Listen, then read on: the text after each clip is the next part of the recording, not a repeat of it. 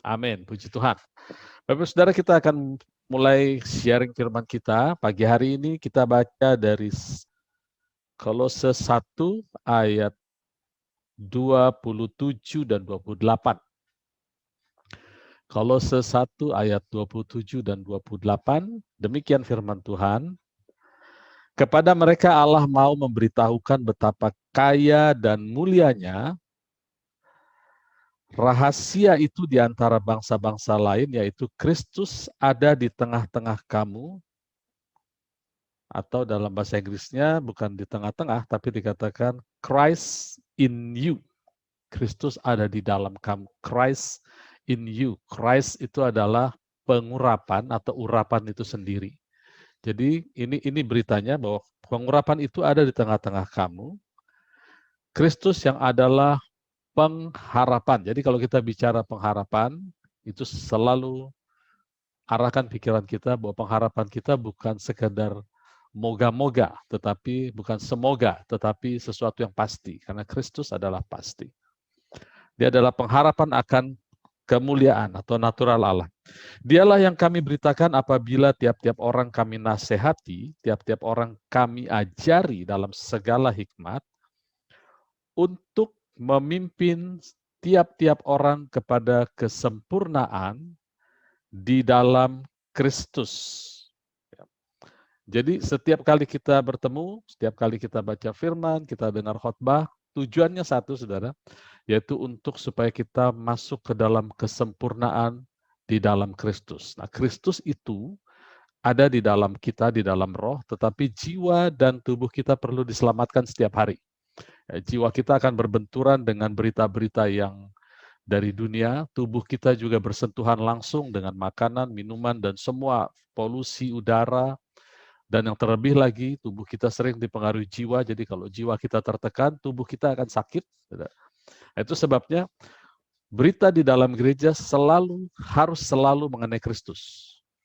Supaya Kristus yang ada di dalam roh kita yang sempurna, itu bisa work out, memanifestasikan di dalam kehidupan kita.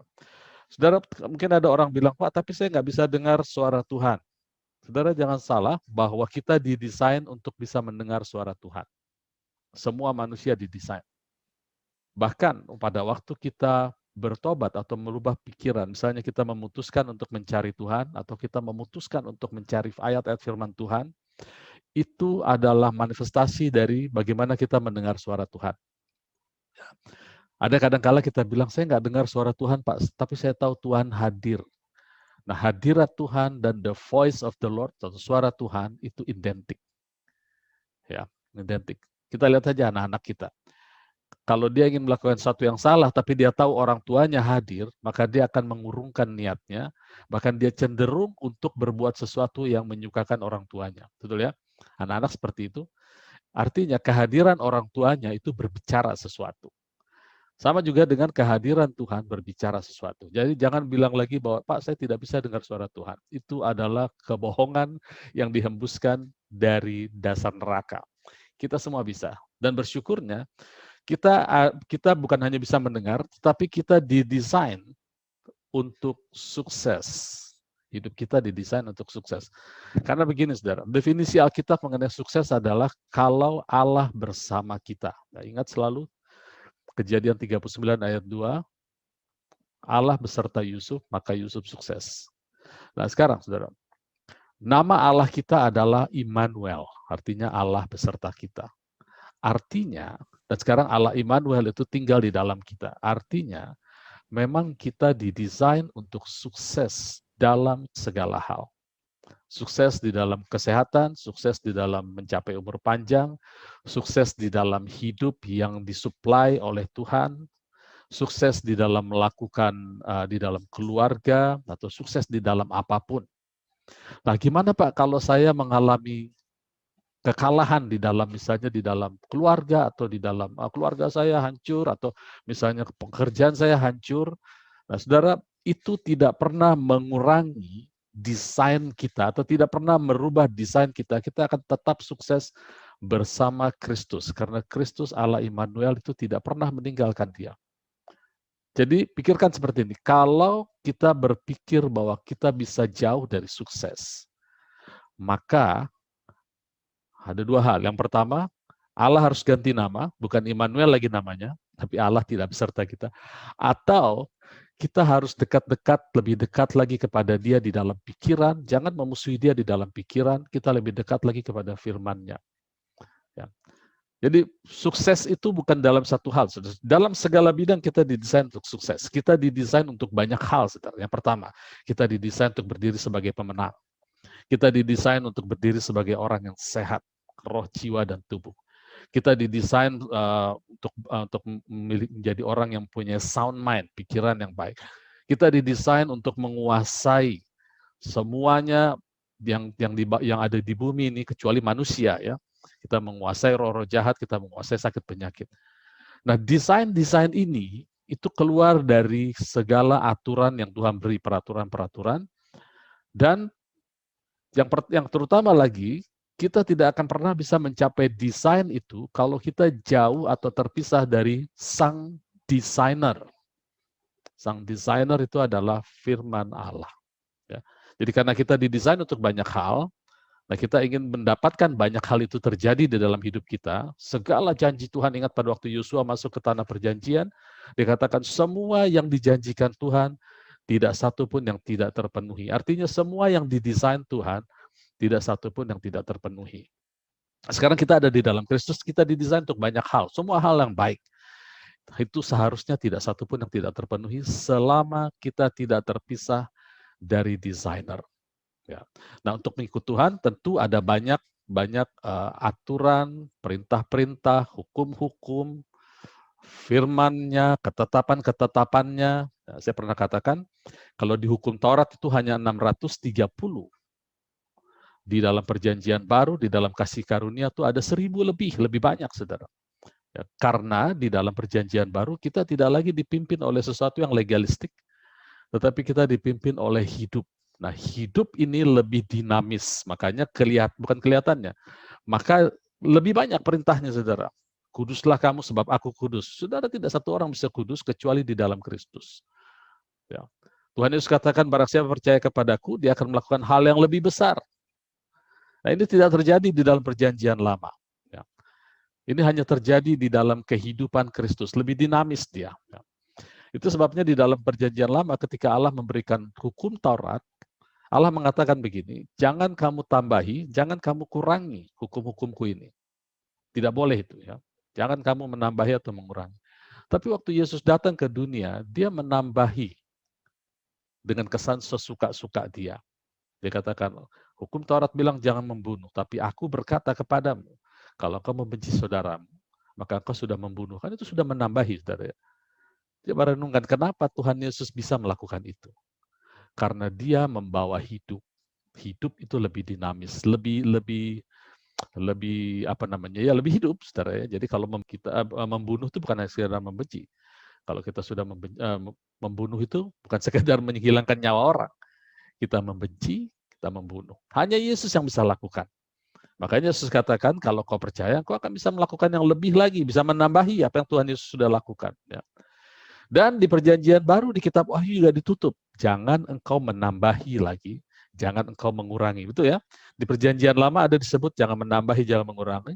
Di perjanjian baru juga dibilang jangan nambahi, jangan mengurangi. Di kitab Wahyu bagian terakhir. Artinya apa? Kita hanya bisa melakukan sesuatu yang dinamis, yang lebih dari yang tertulis, hanya kalau kita ada di dalam Kristus. Nah, desain kita ini banyak, sebabnya Allah ingin kita ada di dalam satu perkumpulan, ya, dalam satu persekutuan, supaya masing-masing kita ini dibangun oleh pelayanan masing-masing anggotanya, tidak satu. Gitu ya. Di Efesus 4, saya buka di Efesus 4 sebentar ya. Efesus 4, ayatnya yang ke-15. Ya. Tetapi dengan teguh berpegang kepada kebenaran di dalam kasih, ya, di dalam hidup, di dalam Allah, kita bertumbuh dalam segala hal. Saudara lihat, dinamis, selalu dinamis, ada pertumbuhan.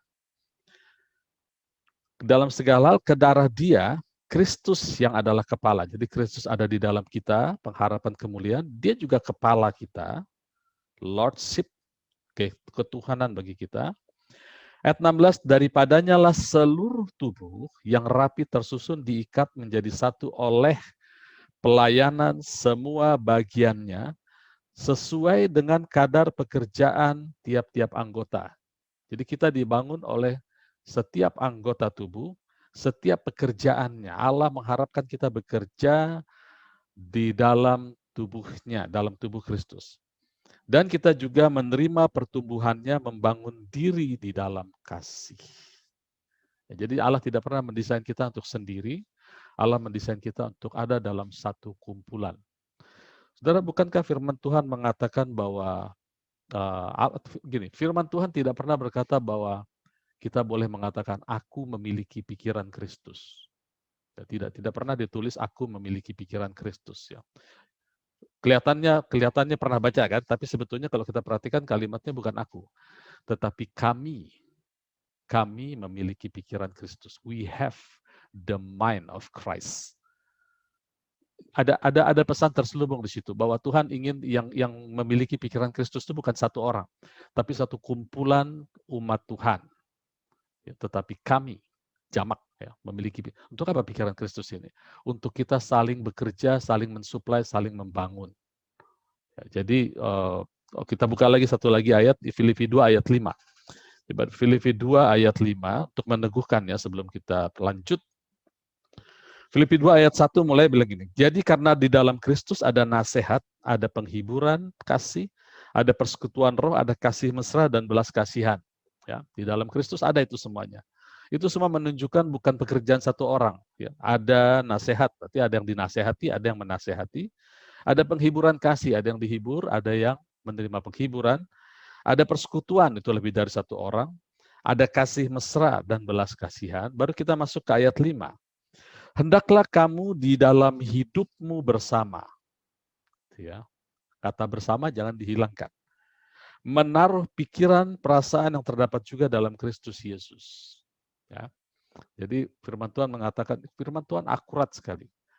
Kita bersama-sama memiliki pikiran Kristus. Tidak satu pun dari kita mengatakan bahwa pengetahuan kita komplit, lengkap. 1 Korintus 13 ayat 9 kalau tidak salah, pengetahuan kita kurang lengkap. Tapi kita punya pikiran Kristus, kita bersama. Dan kemudian hendaklah kamu dalam hidupmu bersama, ya, bersama, itu menaruh pikiran dan perasaan juga yang terdapat dalam Kristus Yesus. Jadi memang Allah menginginkan satu persekutuan, saling menasehati. Itu sebabnya yang baik, saudara, setiap kumpulan umat Tuhan atau gereja Tuhan itu dibangun bersama oleh jemaatnya. Nah, di antara jemaat ini ada yang diberikan karunia dalam 5 jawatan. Gembala, rasul, nabi, pengajar, penginjil. Jangan lupa, semua jemaat adalah pengajar. Karena beritanya adalah dari firman Tuhan, pergi beritakan Injil, ya semua penginjil, semua pengajar, tapi tidak semua gembala, tidak semua rasul. Ya. Tapi semua ambil bagian dalam 5 jawatan. Dan semua jemaat memiliki pikiran Kristus secara corporate bersama. Kemudian Tuhan juga mengatakan, hendaklah kamu dalam hidupmu bersama menaruh pikiran. Jadi apa yang di-expect dari firman Tuhan adalah saling menasehati.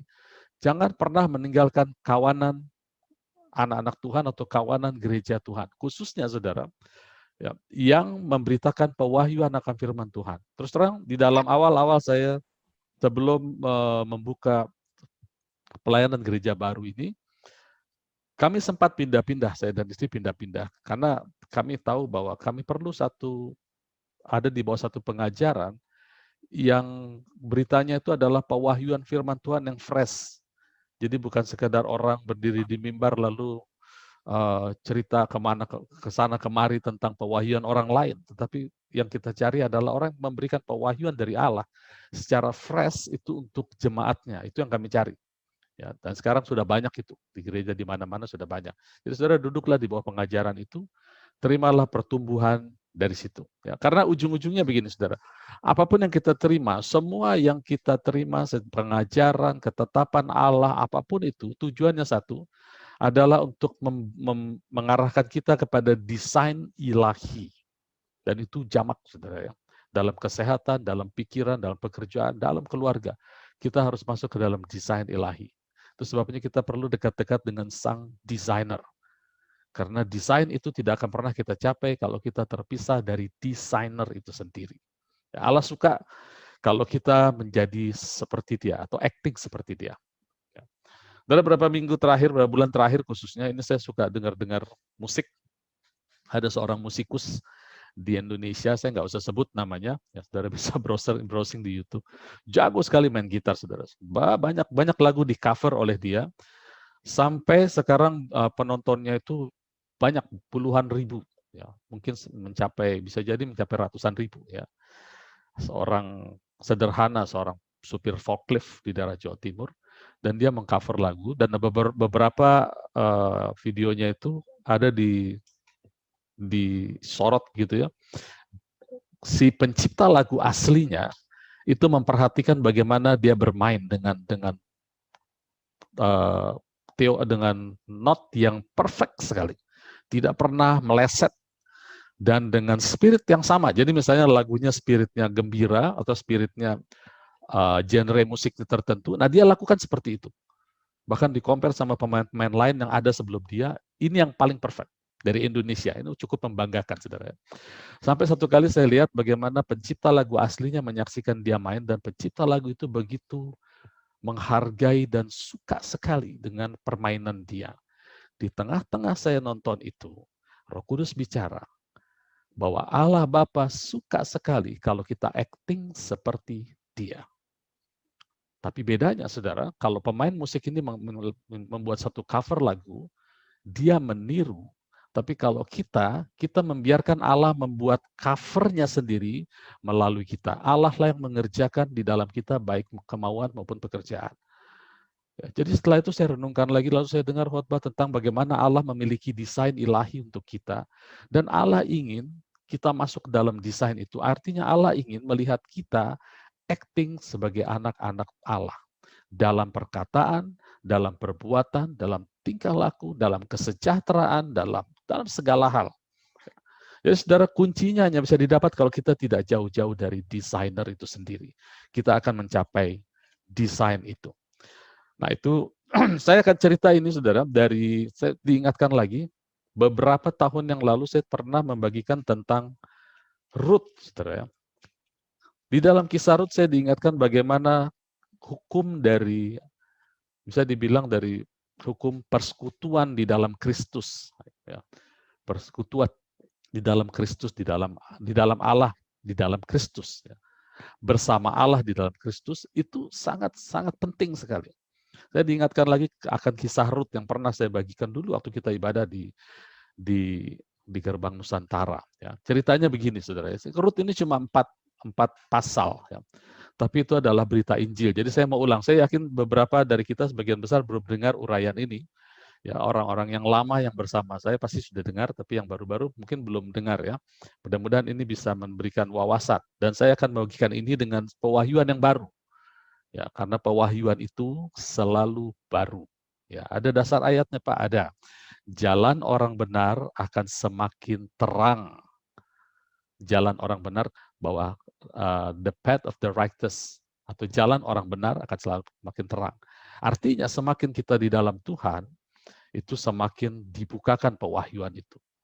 Ya, jadi saya ingat dengan prinsip ini, memang kita hamba-hamba Tuhan harus hati-hati kalau menulis buku dan mempromosikan, saudara ya. Karena buku yang kita tulis tahun ini, mungkin 10 tahun lagi sudah expire. Saudara. Nah, ini saya belajar dari dosen saya langsung, itu saya mengambil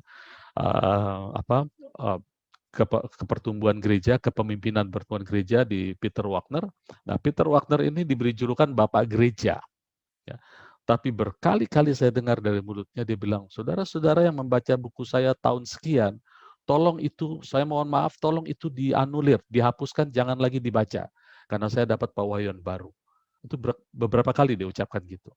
Baru saya mengerti, saudara ya. Kadang banyak anak-anak Tuhan nawarin bukunya kemana-mana yang sudah 10 tahun, 15 tahun masih dijual-jual, saudara ya. Mungkin sudah expire itu, saudara. Yang tidak pernah expire adalah firman Allah sendiri. Dan pewahyuannya semakin dalam, semakin dalam.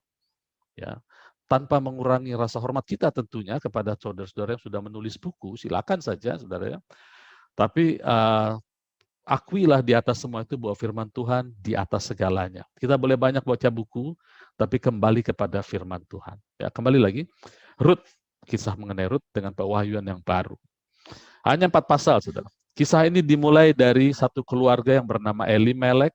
Elimelek artinya Allah Raja. Kemudian Naomi istrinya, Naomi adalah kesukaanku, my delight. Anaknya namanya Mahlon dan Kilion. Mahlon artinya sakit-sakitan, Kilion artinya binasa. Ya. Orang ngasih nama anak kok begitu ya, aneh. Lalu keluarga ini keluar dari Bethlehem, karena di Bethlehem pada saat itu ada kelaparan. Jadi ini cerita soal bagaimana sebetulnya sekalipun Mahlon dan Kilion itu adalah anak-anak dari keluarga ini, yang artinya sakit dan sengsara. Tetapi selama Allah menjadi Elimelek, raja atau memimpin atas hidup kita, kita akan tetap menjadi umat kesayangannya, my delight, yaitu Naomi. Jangan pernah kita meninggalkan firman Tuhan atau Bethlehem hanya karena ada masalah. Ya, ada orang bilang, gereja itu banyak masalah, nggak usah datang. Saudara, yang nggak ada masalah cuma di Pondok Rangon. Itu orang udah meninggal semua di Pondok Rangon. Itu nggak ada masalah. Tapi selama di dalam dunia ada masalah, banyak bahkan. Di setiap gereja ada masalah. Saudara. Itulah tugas gereja, membenahi masalah dengan penyelesaian di dalam Kristus. Ya. Jadi keluarga ini pergi meninggalkan, di sini dikatakan di ayat 2, nama orang itu adalah Elimelek, istrinya Naomi, nama kedua anaknya Mahlon dan Kilion. Semuanya orang-orang Efrata. Efrata artinya tempat terjadinya buah-buah, tempat tumbuhnya buah-buah. Ya, jadi mereka tinggalkan semua itu, orang-orang Efrata dari Bethlehem, Yehuda. Lalu mereka diam di daerah Moab. Singkat cerita, Mahlon dan Kilion menikah dengan orang Moab. Akhirnya Elimelek meninggal, Mahlon meninggal, Kilion meninggal, tinggallah Naomi beserta Rut dan Orpa. Rut dan Orpa adalah orang Moab. Kemudian lanjut, ya. Kemudian ayat 6, berkemaslah Naomi dari daerah Moab akan pulang karena mendengar bahwa Tuhan telah memperhatikan umatnya dan memberi makanan kepada mereka. Ya, jadi setelah dia mengalami kepahitan, dia mendengar Bethlehem sudah mulai dipulihkan Tuhan dan dia mau balik, saudara. Dia mau balik ke Bethlehem. Nah ini pelajaran juga buat kita. Tidak selamanya ya Tuhan itu meninggalkan umatnya. Tidak selamanya keadaan itu buruk terus, saudara. Tidak selamanya. Jangan pernah tinggalkan persekutuan dengan Tuhan hanya karena keadaan yang buruk. Keadaan yang buruk ini banyak kita tidak tahu kenapa, tapi yang kita tahu tentang Tuhan itu kekal. Nah, harusnya yang kita tahu tentang Tuhan itu diinjak kepada keadaan yang kita tidak tahu. Jangan dibalik, saudara. Karena keadaan tidak enak, kita tinggalkan Tuhan. Jangan. Ya. Nah kemudian, singkat cerita, Orpa itu artinya membelakangi. Jadi waktu Naomi bilang sama menantunya, Orpa, udah kamu nggak usah ikut, aku akan pulang. Nah Orpa nurut, tapi Rut tidak. Rut berkeras, dia bilang begini ya, ayat 16. Tapi kata Rut, jangan desak aku meninggalkan engkau dan pulang dengan tidak mengikuti engkau. Sebab kemana engkau pergi, ke situ juga aku pergi. Di mana engkau bermalam, di situ juga aku bermalam. Bangsamulah bangsaku, Allahmulah Allahku. Jadi arti kata Rut ini adalah teman yang menyenangkan atau teman yang menyenangkan di dalam pekerjaan. Teman, rekan sekerja yang menyenangkan. Ya, rekan sekerja, ada kata kerja ya.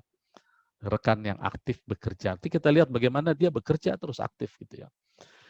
Nah, Rut ini akhirnya ikut kepada Naomi. Tapi Naomi sebelumnya sudah dikatakan di sini ayat 13 bagian terakhir. Ya, dia bilang, anak-anakku pulanglah, Orpa dan Rut pulanglah. Dia bilang, sebab tangan Tuhan teracung terhadap aku. Jadi dia menuduh Tuhanlah yang menyebabkan dirinya sengsara. Banyak terjadi kepada anak-anak Tuhan pada saat mereka mengambil keputusan untuk tidak lagi pakai Tuhan-Tuhan firman-firmanan gereja-gerejaan, lalu hal menjadi makin buruk, dia bilang Tuhanlah yang menyebabkan semuanya. Selalu, ini roh agamawi selalu dimulai dari itu. Kemudian ini juga terjadi terus pada saat Naomi sampai di Bethlehem bersama Rut. Ayat 20, Naomi berkata demikian, tetapi ia berkata kepada mereka, orang-orang di Bethlehem. Orang Bethlehem waktu lihat Naomi datang, dibilang, wah, Naomi kah itu? Ya, Naomi datang. Lalu Naomi bilang gini, jangan sebut aku Naomi, karena arti Naomi adalah my delight, kesukaan. Jangan sebut lagi aku kesukaan, tapi sebut aku Mara, sebab yang Maha Kuasa melakukan banyak yang pahit kepadaku. Dengan tangan yang penuh aku pergi, tetapi dengan tangan yang kosong Tuhan memulangkan aku. Oke. Mengapa kamu menyebut aku Naomi? Karena Tuhan telah naik saksi menentang aku dan yang Maha Kuasa telah mendatangkan malapetaka kepadaku. Cerita ini juga adalah cerita yang sama dengan kitab Ayub. Di kitab Ayub ada kalimat mengatakan Tuhan memberi, Tuhan yang mengambil, terpujilah nama Tuhan. Dari dua perkataan ini yang di Ayub maupun yang di kitab Rut adalah dusta yang dicatat oleh Alkitab untuk kita belajar supaya kita tidak melakukan dusta yang sama. Ya, di kitab Ayub dikatakan Tuhan yang memberi, Tuhan yang mengambil, terpujilah nama Tuhan. Tapi kalau kita baca cerita itu secara detail dari pasal 1 dan pasal 2, Tuhan yang memberi, iblis yang mengambil. Terpujilah nama Tuhan. Itu dibalik, ini semua dicatat untuk kita belajar, memperbaiki doktrin kita, memperbaiki pola cara kita berbicara. Ya, untung Tuhan itu baik. Ya, di sini juga sama. Ya, Tuhan yang melakukan yang pahit terhadap aku. Padahal mereka sendiri yang meninggalkan Bethlehem.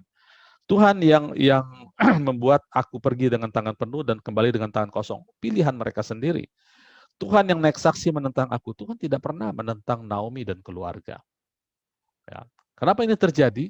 Karena mereka meninggalkan persekutuan. Mereka meninggalkan desain Allah. Mereka meninggalkan desainer untuk mencari desainnya sendiri. Akhirnya waktu mereka mentok, mereka kembali, mereka salahkan sang desainer. Ya. Ini pelajaran yang kita lihat dari kitab Rut. Nah kemudian saudara, lanjut ke pasal 2. Di pasal 2 ini, ayat 1 dimulai, Naomi mempunyai seorang sanak dari pihak suami, seorang yang kaya raya dari kaum Elimelek, namanya Boas. Arti kata Boas adalah kekuatan. Nah, Boas di sini gambaran tentang Kristus Yesus.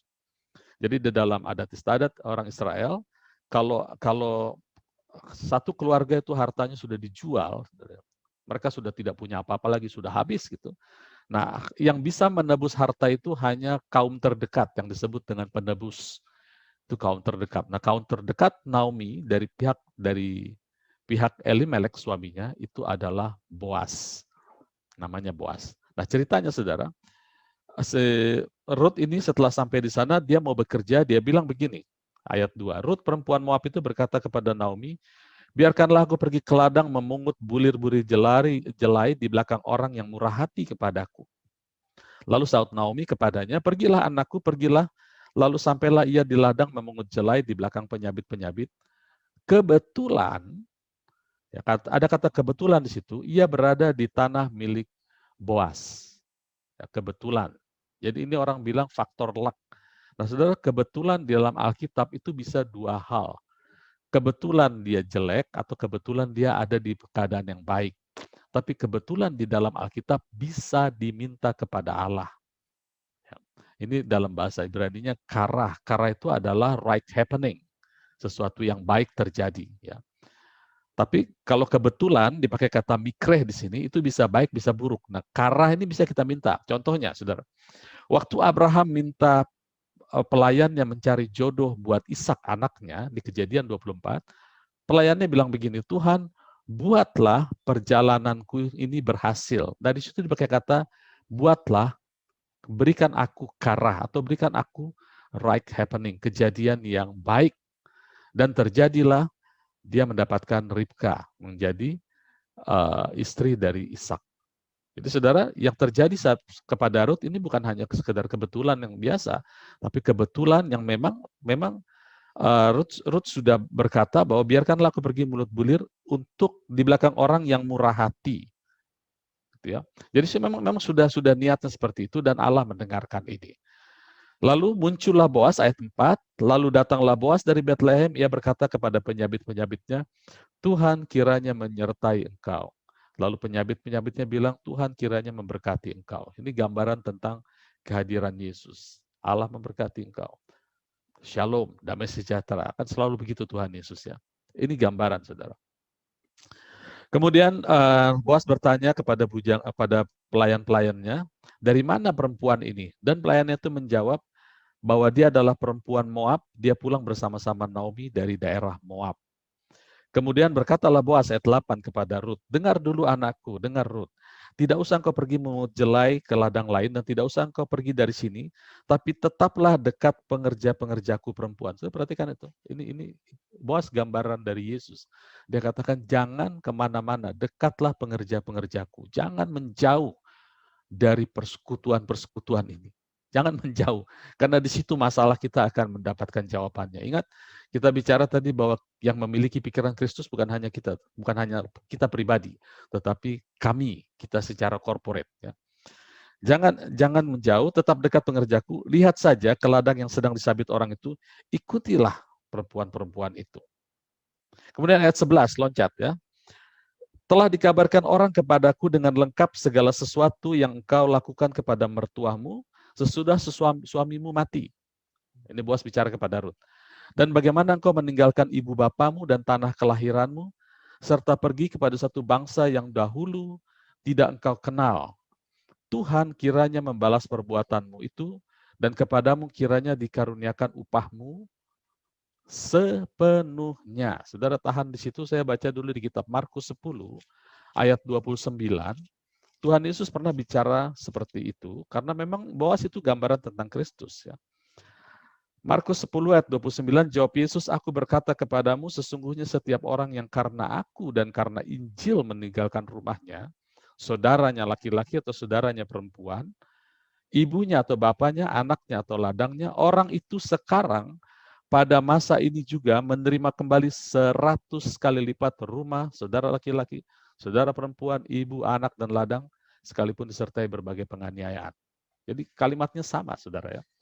Kata kuncinya adalah, Boas mengatakan, Tuhan kiranya membalas perbuatan itu kepadamu, dikaruniakan upahmu 100%, 100 kali lipat sepenuhnya. Ya.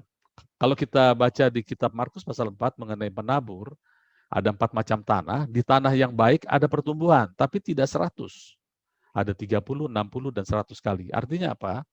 Kalau kita sudah mulai mendengar firman, sudah mulai mengucapkan firman, bersekutu dengan perkumpulan yang benar dari Allah, maksudnya betul-betul menggali firman, tapi belum full nih berkatnya nih, di bidang ini saya masih kalah, belum full. Jangan kecil hati, sebab kehendak Tuhan adalah kita mendapatkan sepenuhnya 100 kali lipat. Fakta memang ada beberapa anak Tuhan yang masih 30, masih 60, 100. Jangan berhenti, saudara. Jangan tinggalkan desainer itu. Karena desain kita adalah sepenuhnya kita mengalami desain Allah dalam segala bidang. Ya, lanjut lagi.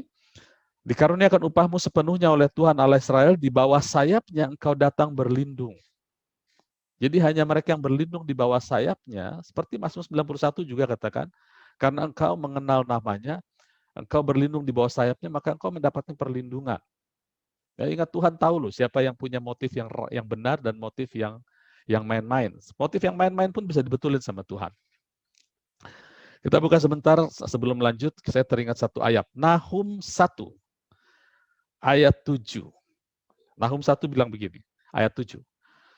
Nahum jarang dibuka ya kitab Nahum. Sekarang kita buka pagi ini, kitab Nahum 1 ayat 7. Tuhan itu baik.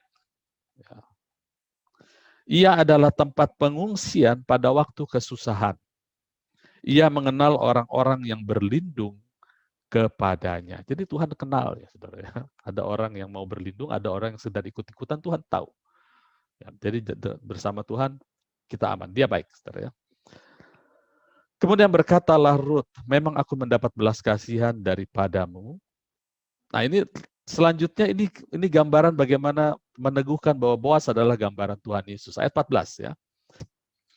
Ketika sudah waktu makan, berkatalah Boas kepadanya, datanglah kemari, makanlah roti dan celupkan suapmu ke dalam cuka. Ya. Aneh ini ya, kalau orang minum cuka, apa nggak hancur itu, apa nggak sakit mah itu. Cuka di sini dalam bahasa aslinya adalah minuman yang berfermentasi seperti anggur. Ya, entah kenapa istilah vinegar atau vinegar bacanya itu ya. Itu diterjemahkan cuka, kesan kita cuka untuk masak. Tapi ini adalah minuman, jadi tidak tidak merusak, tidak destruktif ya, tapi memang minuman ini, gambaran roti dan anggur. Jadi Boas mengundang Ruth untuk perjamuan. Ya itu sebabnya di sini komunitas kita di Cibubur City Blessing, itu selalu menunya sama firman Tuhan, dan Kristuslah yang kami beritakan, baik saya maupun semua yang kasih kesaksian, Pak Wagem, terus semua pengurus kasih firman Tuhan, Kristuslah yang kami beritakan apabila setiap kali kami menasehati umat Tuhan. Kemudian perjamuan kita adakan, kemudian juga setelah itu kita mengupas firman. Di sini dikatakan, celupkan suapmu ke dalam cuka, lalu duduklah ia di sisi penyabit itu. Boas menunjukkan bertigadung padanya, makanlah Ruth sampai kenyang. Setelah ia bangun, ayat 15, setelah ia bangun untuk memungut pula, maka Boas memerintahkan kepada pengerjanya dari antara berkas-berkas itu. Jadi kan Ruth ini mengutin jelai-jelai yang jatuh-jatuh ya. Nah, Boas bicara kepada pengerja-pekerjanya, dari berkas-berkas itu, ia boleh memungutnya, jangan diganggu. Bahkan harus kamu dengan sengaja menarik sedikit-sedikit dari onggokan jelai itu untuk dia meninggalkannya dan meninggalkannya supaya dipungutnya, jangan berlaku kasar. Jadi benar saudara yang firman Tuhan katakan, berkat Tuhanlah yang menjadikan kita kaya, susah payah tidak menambahkan. Kita hanya disarankan untuk labor atau bersusah payah, untuk beristirahat, resting, atau labor to enter the rest. Masuklah, berusahalah untuk masuk ke dalam peristirahatan. Resting atau istirahat di dalam Kristus, menikmati firman. Itu satu-satunya labor yang Tuhan, atau kerja atau usaha yang Tuhan inginkan. Maka Tuhan memberikan, bahkan dengan sengaja Tuhan menyuruh pelayan-pelayannya untuk menjatuhkan jelai-jelai itu supaya dia pungut. Dan hasilnya ayat 17, Ruth memungut di ladangnya sampai petang, lihat ya, dia pungut, kemudian dia mengirik. Jadi dia pungut lalu dia kerjakan. Saudara, kita juga harus mengungut firman, mengungut pengajaran, lalu direnungkan, dihagahkan, diucapkan, mengirik. Ada waktu mengirik sendiri, personal. Nanti di Rut pasal 3 ada mengirik bersama-sama. Mengirik jelai bersama-sama, Boas dan para pengerja. Itu beda lagi, saudara.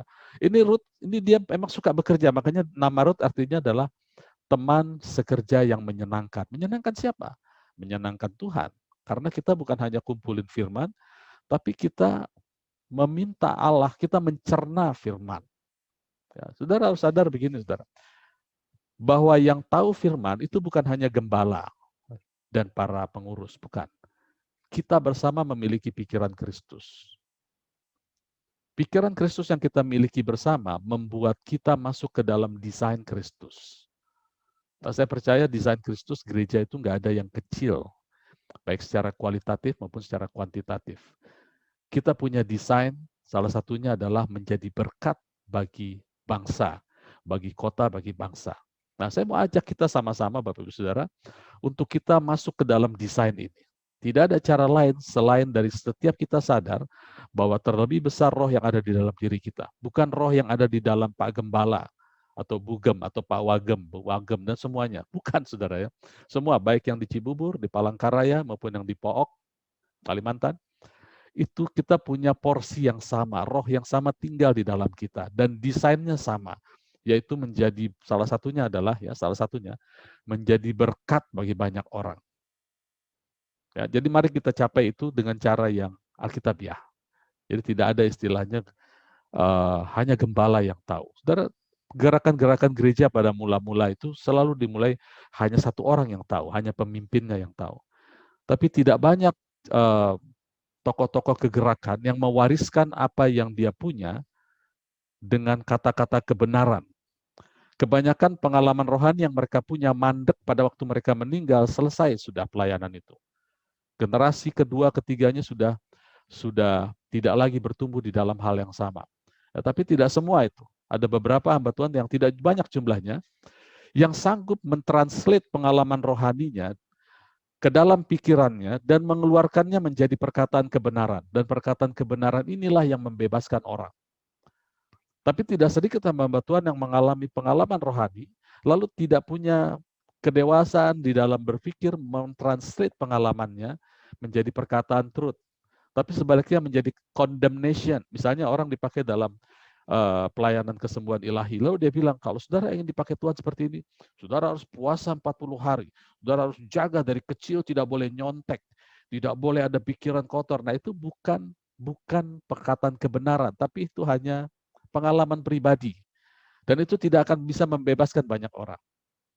Nah, saya sekarang sedang belajar dari salah seorang hamba Tuhan yang punya kemampuan mengajar juga, sehingga apa yang diajarkan, dia katakan, yang saya ajarkan ini adalah hasil dari pemikiran saya. Tapi jangan lupa, saya punya sound mind. Dia katakan gitu, ya. Sehingga saya mau pastikan apa yang saya ajarkan ini tetap inline dengan truth, tidak menyimpang.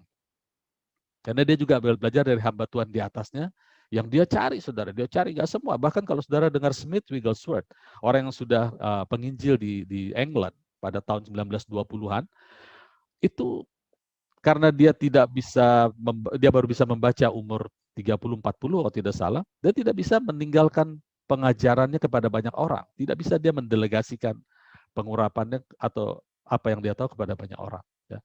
Tapi salah satunya hamba Tuhan yang saya ikuti ini, dia bisa, saudara ya. Jadi saya berharap Bapak Ibu Saudara juga bisa mengikuti dan bisa juga berkata, kalau orang itu bisa menyembuhkan orang sakit atau bisa menjadi pelaku firman, maka saya bisa. Kalau orang itu sukses, saya pun sukses. Aku next-nya, gitu ya. Jadi kalau dengar kesaksian, si ini ditolong, si A ditolong, si ini sukses, si A sukses, maka saya pun juga sukses. Mengapa? Karena Allah yang sama, Allah Immanuel ada di dalam saya. Gitu ya, kita harus punya mentality seperti itu. Ya kan, kita mau komunitas kita besar.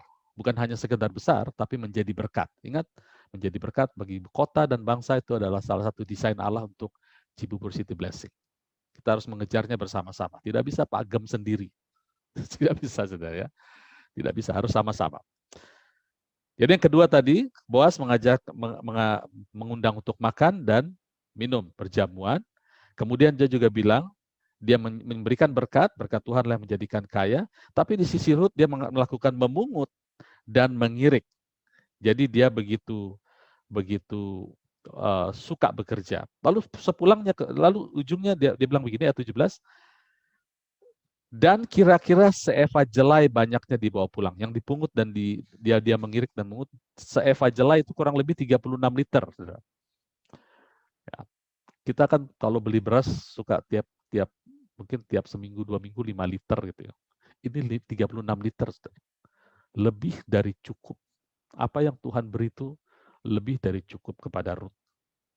Jadi kalau Bapak Ibu Saudara banyak spend waktu di firman Tuhan, memikirkannya firman Tuhan, ya, berkat Tuhan itu lebih dari cukup. Nah, dengan berkat yang lebih dari cukup inilah Bapak Ibu Saudara bisa mengembangkan lagi ya. Jadi ingat, berkat Tuhanlah yang menjadikan kita kaya, tapi di sisi lain, jangan sampai kekayaan itu menipu kita, sehingga kita menjadi terdistraksi dengan tipu daya kekayaan. The cares of this world. Kata cares atau tipu daya di situ adalah artinya bukan distraksi saja, tetapi membagi pikiran. Jadi kata cares of this world atau tipu daya di situ adalah dividing, membagi. Jadi seringkali waktu kita menggali firman, kita diberkati, waktu berkat itu datang, berkat ini membagi pikiran kita. Sebagian untuk Tuhan, sebagian untuk kekayaan. Ini yang menjadi jerat bagi setiap anak-anak Tuhan. Tetap cari firman Tuhan. Kekayaan manage saja, tapi jangan sampai itu membagi atau bahasa Alkitab bilang menipu. Karena Tuhan tidak ingin dimadu, saudara. Tuhan tidak ingin diduakan. Ya, jangan ada yang menduakan. Ya, tidak ingin dimadu. Ya. Kemudian dia kembali, lalu Naomi tanya, kerja sama siapa? Kok begitu banyak berkat? Lalu dia cerita orangnya baik, begini-begini, namanya Boas. Naomi bilang begini di ayat 20. Diberkatilah orang itu oleh Tuhan karena rela mengaruniakan kasih setianya kepada orang-orang yang hidup dan yang mati. Lagi kata Naomi kepadanya, orang itu adalah kaum kerabat kita, dialah seorang yang wajib menebus kita. Ya, dikatakan bahwa Boas itu adalah kerabat dari Elimelek. Kalau kita lihat kan Elimelek artinya Tuhan Raja. Ya, siapa sih kerabat Allah kita yang menjadi penebus kita? Yaitu Yesus anak Allah. Ya, dipakai istilah-istilah kerabat bukan berarti Allah kita ada dua, saudara. Tapi ini gambaran yang jelas bagaimana Yesus anak Allah. Di sini dikatakan kerabat yang wajib menebus. Nah ceritanya, kemudian Naomi itu mengusulkan Ruth untuk mencari perlindungan. Tidak dikatakan Ruth nikah aja sama Boaz. Naomi itu bukan mak comblang, saudara. Cuma dibilang cari perlindungan kepada Boaz. Nanti biar Boaz yang putuskan. Ya. Jadi cuma dibilang cari perlindungan, Boaz yang putuskan. Oke, masuk ke pasal 3. Lalu Naomi mertuanya itu berkata kepadanya, anakku, apakah tidak ada baiknya jika aku mencari tempat perlindungan bagimu? Nah sekarang, bukankah Boaz pengerja-pengerjanya perempuan itu telah kau temani adalah sanak kita? Dia malam ini menampi jelai di tempat pengirikan. Ya, jadi mereka mau menampi jelai, Ruth sudah biasa menampi jelai sendiri. Maka mandilah dan beruraplah, pakai pakaian bagusmu, pergilah ke tempat pengirikan, tapi jangan kau ketahuan pada orang lain. Ya, ayat 4. Jika ia membalikkan diri tidur, haruslah kau perhatikan baik-baik tempat ia berbaring. Kemudian datanglah dekat, singkapkan selimutmu, dan kakinya berbaringlah di sana. Maka, jadi kan Naomi bilang, minta perlindungan kepada Boaz, dikatakan, maka ia akan memberitahukan kepadamu apa yang harus kau lakukan. Jadi tidak langsung Naomi bilang, suruh pacaran sama Boaz gitu. Tidak, saudara. Nanti Boaz yang tentukan. Ya. Lalu Ruth berkata kepadanya, segala yang kau katakan akan kulakukan. Lalu dia lakukan seperti itu. Jadi waktu Boaz tidur malam-malam, setelah acara menampi jelai, ayat 8, pada waktu tengah malam, Ruth masuk berlindung di bawah selimutnya di kakinya Boaz. Nah, ayat 8, pada waktu tengah malam dengan terkejut terjagalah Boaz, lalu meraba-raba di sekelilingnya, ternyata ada seorang perempuan berbaring di sebelah kakinya. Bertanyalah ia, siapakah engkau ini? Jawab Ruth, aku Ruth hambamu. Kembangkanlah kiranya sayapmu melindungi hambamu. Ya, jadi Ruth juga tidak bilang, aku Ruth hambamu. Kawin yuk. Enggak minta kawin, saudara. Kembangkanlah, lindungilah aku. Sebab engkau seorang kaum yang wajib menebus kami. Lalu katanya, diberkatilah kiranya engkau oleh Tuhan, ya anakku. Sekarang engkau menunjukkan kasihmu yang lebih nyata daripada yang pertama kali. Lebih nyata dari yang pertama. Yang pertama kali itu apa, saudara? Yang pertama kali itu di Rut 2 pasal 11. Ya. Aku sudah dengar dari orang apa yang kau lakukan kepada mertuamu sesudah suamimu mati. Yaitu engkau meninggalkan segalanya, meninggalkan bapamu, ibumu, kelahiranmu kepada satu bangsa yang lain. Itu suatu perbuatan baik. Ya. Saudara meninggalkan artinya mau masuk ke dalam satu bangsa, yaitu imamat yang rajani. Saudara bertekad, aku akan masuk kepada imamat yang rajani oleh darah Yesus. Itu satu yang baik di hadapan Tuhan. Lebih baik lagi pada saat kita katakan, Tuhan lindungi aku, Tuhan berkati aku, Tuhan pimpin aku, hidupmu adalah hidupku. Nah itu dikatakan perbuatan kita lebih baik lagi. Ini yang dilakukan Ruth. Ya. Jadi dikatakan sekarang kau menunjukkan kasihmu lebih nyata lagi daripada yang pertama, karena kau tidak mengejar-ngejar yang lain, orang muda atau orang muda baik yang miskin atau yang kaya.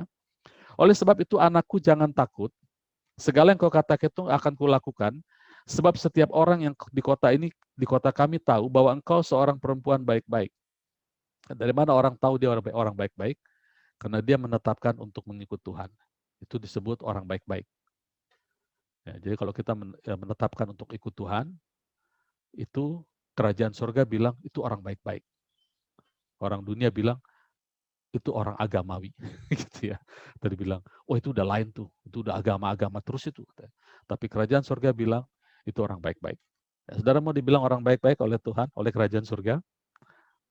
Carilah bangsa yang baru, yang tadinya tidak kita kenal, yaitu bangsa imamat yang rajani, lalu minta perlindungan kepada rajanya, yaitu Yesus Kristus. Oke, ayat 12. Boaz bilang begini, maka sekarang memang aku seorang kaum yang wajib menebus, tapi walaupun demikian masih ada lagi seorang penebus. Nah, saya pernah bahas ini, penebus yang dimaksud yang lebih dekat daripadaku, kata Boaz. Tinggallah di sini malam ini, dan besok pagi jika ia mau menebus engkau, biarlah ia menebus, tetapi jika ia tidak suka menebus engkau, maka akulah yang akan menebus engkau. Nah, kita tahu yang menebus ini adalah, dalam hal ini adalah penebus yang lain, tapi Boaz melakukannya begini di pasal 4, ya, ayat di pasal terakhir. Boaz pergi ke depan pintu gerbang, duduk di sana, kebetulan lewatlah penebus itu, yang disebut Boaz. Lalu Boaz bilang begini, hai saudara, datang dahulu kemari, duduklah di sini. Ayat 2. Kemudian dipilihnya 10 orang. Ya, ini bicara tentang hukum Taurat. Apa yang akan dilakukan Boas dan penebus itu adalah mengembalikan harta warisan atau mengembalikan apa namanya ya, mengembalikan milik pusaka. Nah, kita tahu ini ditulis setelah Yosua dan hakim-hakim, setelah pembagian milik pusaka bangsa Israel. Jadi setiap suku punya milik pusaka. Nah, saudara, di dalam Kristus kita punya milik pusaka. Itu yang saya katakan tadi, kita punya desain banyak. Kita didesain untuk sukses dalam segala hal. Nah, penebus ini tugasnya adalah mengembalikan apa yang harusnya milik kita. Tapi di dalam konteks ini, penebus ini yaitu Kristus tidak bisa mengembalikan begitu saja milik pusaka bangsa Israel, karena sekarang sebelum dia datang itu ada hukum Taurat. Dan Tuhan katakan kalau engkau baik-baik mendengarkan dan menurut memperhatikan hukum Taurat ini, merenungkan hukum Taurat, maka milik pusaka yang sudah diberikan melalui Abraham, janji kepada Abraham itu akan menjadi milik mereka. Nah, penebus ini bicara tentang blessing, tapi harus disaksikan oleh 10 orang atau disaksikan oleh hukum. Dia masuk nggak? Ini Ruth ini masuk nggak ke dalam kriteria? Jelas kita tahu bahwa Ruth tidak masuk dalam kriteria. Mengapa? Karena Ulangan 23 katakan, orang Moab tidak bisa ambil bagian di dalam umat Allah. Itu Ulangan 23 jelas, orang Moab dan orang Amon tidak bisa. Makanya waktu Boas mengatakan, hai penebus, kita harus mengembalikan harta milik pusakanya Elimelek. Mau nggak? Ya, penebus ini bilang, aku mau. Lalu Boas bilang begini, ayat 5. Tapi kata Boas, pada waktu engkau membeli tanah itu dari tangan Naomi, engkau memperoleh Ruth juga perempuan Moab, istri orang yang telah mati itu, untuk menegakkan nama orang itu atas milik pusakanya. Jadi harus si Ruth orang Moab itu dimasukkan. Ini penebus ini ayat 6 bilang begini, ayat 6. Lalu kata penebus itu, jika demikian aku tidak dapat menebusnya, sebab aku akan merusakkan milik pusakaku sendiri. Jadi di hadapan 10 orang, di hadapan hukum Taurat, saudara, kalau kita diadili di hadapan hukum Taurat, tidak ada seorang pun dibenarkan karena melakukan hukum Taurat. Jadi Yesus sebagai Boas ilahi kita, Boas surgawi kita, mengambil alih karena hukum Taurat tidak bisa memberikan apa yang Yesus berikan kepada kita. Sama dengan penebus ini tidak bisa memberikan apa yang harus Ruth dapatkan. Karena Ruth minta pertolongan, minta perlindungan. Boas bilang, baik, aku bisa beri, tapi ada yang lebih berhak. Nah, penebus ini tidak bisa. Dia bilang, itu akan merusak sistemku sendiri. Kalau aku terima Ruth, aku akan melanggar aturan hukum Taurat. Makanya Boas katakan, oke, kalau gitu, kalau tidak bisa, aku yang akan ambil alih. Nah, cerita Ruth ini adalah cerita Injil di mana kita ditetapkan untuk sukses karena keinginan yang besar dari Boas untuk menyertai kita. Nah, kita tahu bahwa Boas surgawi kita melakukan penebusan ini tidak dengan mudah. Dia harus mengucurkan darahnya, dia harus menjadikan tubuhnya hancur oleh bilur-bilurnya untuk menyembuhkan kita, ya, supaya kita tidak lagi menjadi mahlon dan kilion. Mahlon itu adalah sakit-sakitan, kilion sengsara. Ya. Maka Boas menegakkan ini, kan dia bilang Boas menegakkan nama orang itu. Sama saudara ya, kita masuk ke dalam persekutuan dengan Tuhan bukan hanya sekedar untuk beragama, tapi untuk ditegakkan bahwa Tuhan tidak ingin kita sakit-sakitan, Tuhan tidak ingin kita sengsara. Tanamkan itu benak di dalam benak kita. Tuhan ingin kita sukses. Tuhan ingin kita mencapai desain ilahi kita. Apa itu Pak desain? Banyak saudara. Dalam semua bidang, itu semua yang baik Tuhan berikan untuk kita. Makanya jangan jauh-jauh dari desainer itu. Di dalam kisah Ruth itu penuh dengan pesan yang mengatakan bahwa jangan pernah menjauhi Allah. Jangan pernah menjauhi dari pengerja-pengerjanya Allah. Dekati itu terus. Lalu gali firman, bertumbuh. Ingat di dalam benak Boas, di dalam benak Allah hanya ada satu nama yang menjadi kita bisa pegang, yaitu Allah Immanuel. Sukses di tangan kita. Ya. Nah, oke, kita sudah pernah baca ini, ulas ini secara detail. Sekarang saya mau loncat ke ayat 18. Kita tahu singkat cerita, Boas mengambil Ruth menjadi istri, lalu mereka menjadi keluarga bahagia. Harusnya sudah selesai kisah itu. Tapi kisah ini ditutup dengan silsilah di ayat Rut 4 ayat 18. Inilah keturunan Peres. Peres memperanakan Hezron, Hezron memperanakan Ram, Ram memperanakan Aminadab, Aminadab memperanakan Nahason, Nahason memperanakan Salmon, Salmon memperanakan Boas, Boas memperanakan Obed, Obed memperanakan Isai, Isai memperanakan Daud. Ya, kalau kita lihat sepintas, Buat apa sih soal anak memperanakan ini diceritakan, saudara? Itu ada pesan, ada message di situ. Isi pesan itu adalah bahwa Peres itu artinya pelanggaran. Ya, Peres itu artinya pelanggaran. Lalu memperanakan Hezron. Hezron itu artinya benteng. Ya. Peres pelanggaran, Hezron itu artinya benteng. Lalu Hezron memperanakan Ram. Ram itu artinya, mana dia? Ram artinya ditinggikan.